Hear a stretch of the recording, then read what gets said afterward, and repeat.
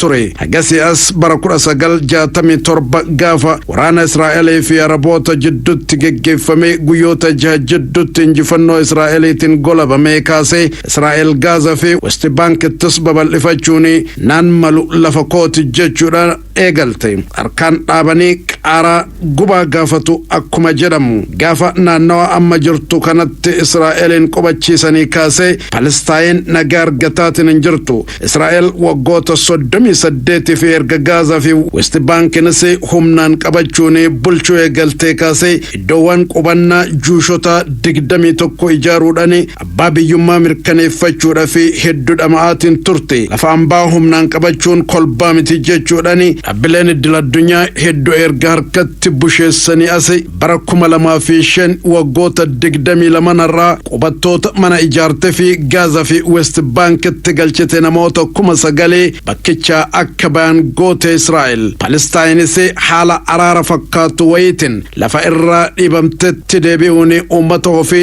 irra qubachiisuu eegalte. Gaafas irraa kaasee Gaazaa fi West Bank Palestaayiniif waan deebi'an fakkaatanis rookettiin gamaa gamas darbatamuun naannoon Gaazaa fi West Bank nagaa argateetiin hin beeku. Uummanni Palestaayin miliyoonni 2 ta'u lafa dhiphoo Gaazaa irra jiraatan hojjetanii buluu fi nageenni waan hin jirreef harka warra waa gargaaruu jala qabachuudhaan lubbuun keessa jirti. Lafti Palestaanonni Gaazaa keessa jiraatan square miles 140 tun dachee akkaan dhiphoo uummanni miliyoonni 2 irra jiraatu addunyaa jedhamuunis beekamti. Maqaa mirga lammiilee Palestaayin kabajnaatiin gareen lama Fataa fi Hamaas hundaa'uudhaan yeroo baay'ee ofiifuu walitti bu'uun Palestaayiniin dadhabsiisuun Israa'elii fi daandii saaqatiin turan. Gareen Yaasir Arafaat hundeessan PLO'n eega siyaasa immoo Fatah jedhamuudhaan beekamu mirga uummata ofiif karaa nagaatiin falmachuu fi hedduu carraaqaa ture jedhama. Hamaas amma Israa'eliin walitti bu'aa jiru kun ammoo nagaan wanti ta'u hin jiru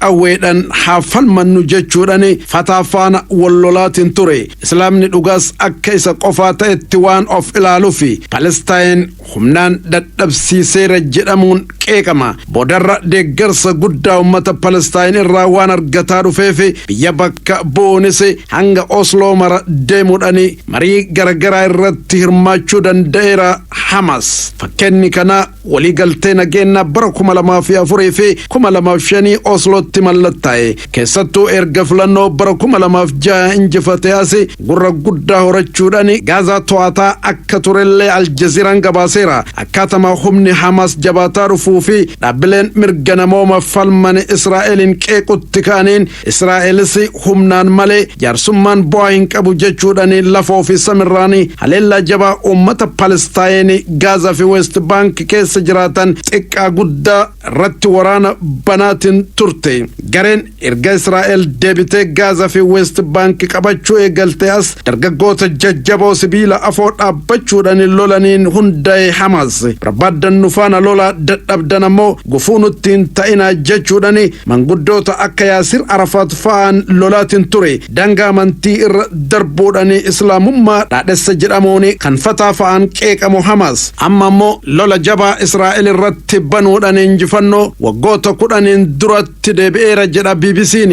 Akka ormi biroo jedhu osoo hin ta'in akka jarri jettutti Islaamummaa daangaa darbuu osoo hin ta'in mirga abbaa biyyummaa falmutti akka jiran dubbatu. Haga oduun kun qindaa'etti gama Israa'eliitiin namoonni 1,000 ol yoo du'an 2,000 ol ammoo madaaniiru. Taateen kun Israa'el mudachuu erga dhiisee bubbuleera jedha Aljaziiraan gama lachuu irra naanna'uudhaan gabaasu. Jarri sanbata darbe akkuma balaan kun isaan mudateen humna ofii sassaabuun haleelaatiin jiru. Kanaanis lubbuun lammiilee Palestaayin 500 caalan galaafatamutu himama. Yoom kanaan dhaabne itti marsinee akka lamuu lammataa lafaa ol jedhuu hin dandeenye goona jechuudhaan ministeerri raayyaa ittisa biyya Israa'el Yoav Galant dhaadhata jedhu miidiyaan garagara jala bu'uudhaan gabaasaa jirani. Hamaas lammiilee Israa'el 1,000 ol galaafatee fi 2,000 ol madeesseen alattis hedduu booji'ee harka akka qabullee dubbatama. Daguu nu rukute malee humnaan walitti hin dhufnu amma erga nurraa gadi taa'uu didanii akka kufanii achumatti hafan goona jechuudhaan dhaadhata ministeerri muummee Israa'el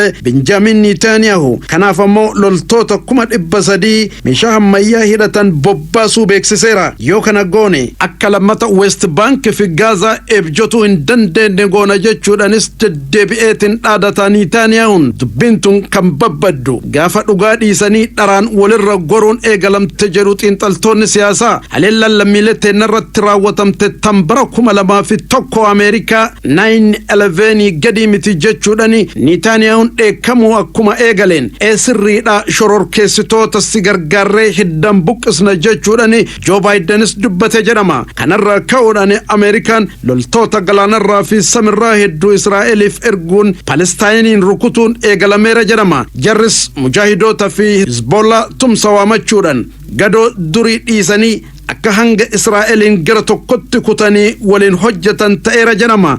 Other Muslim nations, he's asking Lebanon, Iran, Syria, Yemen and Iraq to join the fight. So this has the potential to escalate. Zelenskiin ofiifuu waraana jidduu jirullee waan Israa'el mudate kana Raashiyaatu duuba jira jechuudhaani Hamas akka malee balaaleffate. Benjamin Netanyahu calling it a murderous surprise attack, calling up reserves. Dhaabbanni basaasaa Israa'el addunyaa irratti maqaa guddaa qaba jedhamu Mossad osoo jiru haleellaan Hamas sanbata gara galgalaa irratti Israa'el irratti banuun lammiilee hedduu galaafate kana xiinxaltoonni yaada garagaraa kaasatiin jiru. Hedduun isaanii jabina Hamas jechuudhaan Mossad yoo tuffatan gariin ammoo wanti akka kanaa waanuma jiru jedhaatiin jiru. Lafinsa humna basaasaa biyyattii dhossuudhaaf jira jechuuf fakkaata. Israa'el wixatarraa kaasee guutumatti itti marsuudhaan Gaazaa akka malee haleelaa jirti. Namoonni nagaa Gaazaa keessa jiran gara itti dheessan yookaan miliqan dhabuudhaan osoo xayyaarri samirraan rasaasa isaanitti roobsu du'aa fi harka laatatiin jiru jedhame. Hamasis waan boodarra dhufuu danda'u sirritti xiinxaluudhaan fakkaata. Lammiilee Israa'el hedduu jiraa qabachuudhaan dhumnuu walumaan dhumna malee kan kophaa du'u hin jiru jedhaara. Gatii lammii ofiitiif Israa'el laattu sirritti waan hubateef fakkaata. Kanaafatti argate hedduu galaafachuudhaan kan qabdii qabatee Israa'elin doorsisaatiin jira Hamas. Akka himamuu fi quba qabnutti Israa'el lammii ofiitiif gatii guddaa waan laattuuf jara ofiitiif jettee Gaazaa guutumaan guututti haleeluu irraa of qusatuu dandeetti waan ta'eef Hamasis lammiilee Israa'el hedduu qabdii qabsiiseera. Gatiin dhala namaa waaqa fi nama birattis qixa ta'ullee warri lixaa marti gara Israa'el goruudhaan Hamas balaaleffachuu itti fufaniitiin jiru. Inumaa haga danda'ameen waan barbaachisu maraanii Israa'el faana dhaabbachuudhaaf qophii ta'ullee miidiyaatti bahuudhaan himaatiin jiru. Amma lammiileen Israa'el miliyoona 2.4 Gaazaa keessa jiraatan gara itti miliqan waan hin qabneef osoo argan rasaasa fi bombii samii fi dachirraan itti dhukaafamuuf harka laatatiin jiru fakkaata. Daba warra lixaa osoo argan waan Gaazaa irratti ta'aatiin jiru kana bira kutaatiin jiru. Kunin ammoo haqaa fi dhugaa barbaachuudhaaf waan hin malle jedhanii jiru. Dhaabbileen idil addunyaa haqaaf dhaabbatan wanti ta'uu qabu erga namoonni hedduu galaafatamaniin booda osoo hin ta'in dursanii itti yaaduun waraana dhaabsisuu akka ta'ellee akeeku. Dhaabbileen idil addunyaa waan ta'aatiin jiru jala bu'uudhaan hordofan. Aljazeeraan Profeesara Yuunivarsiitii Qatar Mahjoub Zaawar dubbisuudhaan akka gabaasetti warri lixaa gaafa Israa'el miidhamte malee gaafa kan biroo miidhamu haajaa takkas akka hin qabne gabaase. Profeesar Zaawariin itti dabaluudhaan ligiin Arabaa osoo humna qabaate daba dhala namaa addaan qooduudhaan kan ofitti qabaa kan achi qaban kana sirritti saaxila garuu hin danda'u ofiifuu waan walii galuu hin dandeenyeef jechuudhaan dubbata. Chaayinaan wanti ta'aatiin jiru akkaan nama yaachisa jechuudhaan ibsa baaste. Duuba dhaabbachuudhaan Israa'el qofaa jajjabeessuun akkaan dubbii ammeessuu danda'a waan ta'eef suuta godhaa jechuudhaan warra lixaatitti dhaamte. Chaayinaan nagaa Iraanii fi Saawud Arabiyaa akkasumas Araboota gamtoomanii jidduutti buusuuf akkaan carraaqaa waan turteef dubbii amma Hamas fi Israa'el jidduutti ho'etiin ka'e kanas callistee hin ilaaltu jedhama. Maaliif jennaan Chaayinaan har'a dabadeemu yoo osoo argitu calliste komiin hamaan biyyoota arabaa irraa isii mudachuu mala waan ta'eef jedhama. Kana olammoo kaampiin warra lixaa addatti goobee yoo mul'ate olaantummaa warra faallaa jaraa dadhabsiisuu danda'a waan ta'eef ofiif jettee chaayinaan hin cal'istu jedhamaatiin jira.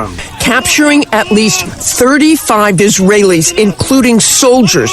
Gaafa Hamaas dagoo rokkeetti Israa'el irratti roobsitee kaasee tarkaanfiin gama Israa'eliin fudhatamaatiin jiru kan himuu fi namatti hin tolle. Daa'imman manguddoo fi dubartoota osoo hin ilini bakka isaan jiraatanitti macaqaa jiraachuu miidiyaa addunyaa maratu hima. Biyyi jabduun irree jabaa siyaasa fi dinagdee addunyaa keessatti qabdi jedhamtee himamtu Ameerikaan jabaadhuu si faana jira jechuudhaan duubachuu jettee Israa'eliin jajjabeessuun ammoo dubbii akkana meesseera. Kanarraa ka'uudhaan biyyoonni arabaa duraan garaagarummaa xiqqoof jecha gargar goraatiin turanis akka gara tokkotti dhufuudhaan taa'anii waliin mari'atuu danda'an ta'eera. Dhaalaan gonfoo Saawud Arabiyaa Muhammad bin Salmaan fi pirezidaantiin Iraan Ibrahim Raisi dur waliin oodanii dhimmicha irratti hatattamaan wal ga'uudhaan mari'ataniiru jedhama. Chaayinaa fi Raashiyaanis dhimmichi dhimma amantii osoo hin ta'in dhimma olaantummaa garee tokko calaqqisiisuuf yaaluti jechuudhaan tarkaanfii Ameerikaa qeequudhaan